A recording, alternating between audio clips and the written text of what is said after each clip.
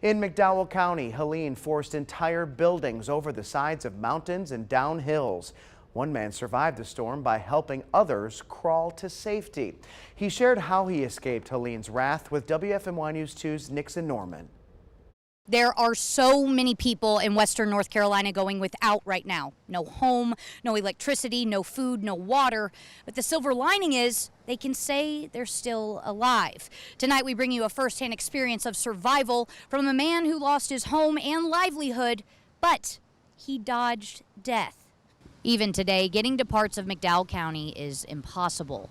We weren't able to get to Carter Francois, owner of the Alpine Inn in Little Switzerland. We had to FaceTime him to hear his story.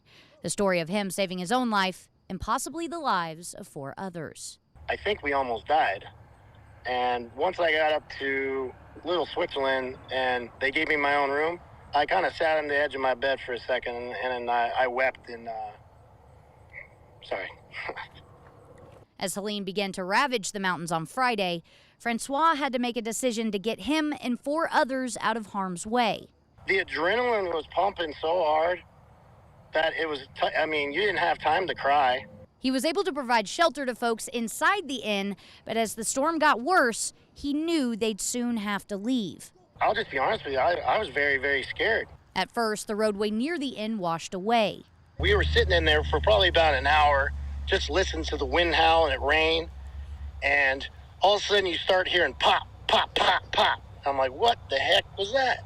As he watched the deck of the Alpine Inn wash away, Francois realized staying there any longer could cost them their lives. It started to move and I got kind of uneasy about it, and I told everybody to get out and get out now. Minutes later, the storm took out a large chunk of the inn, leaving them without any protection.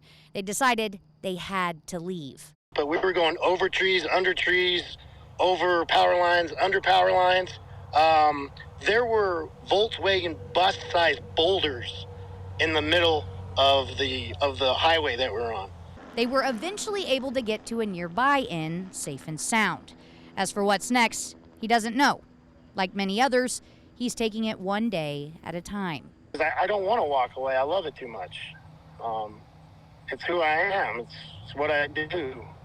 Scenes like these are common all across western North Carolina still, with things like traffic lights out and cities in complete ruin. Francois says there's no telling if or when the Alpine Inn will be up and running again.